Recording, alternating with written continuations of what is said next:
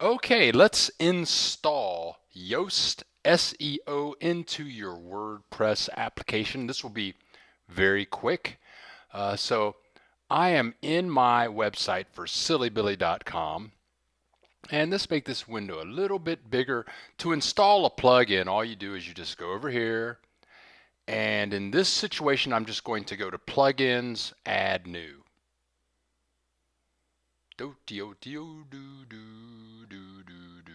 Mr. Quick Internet Connection.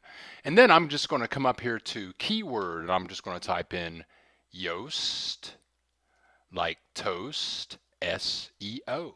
And it shows up right here. Now, I've already installed it. This is my website, okay? But all you do, notice this says update now, but if you didn't have it installed, you would just click install.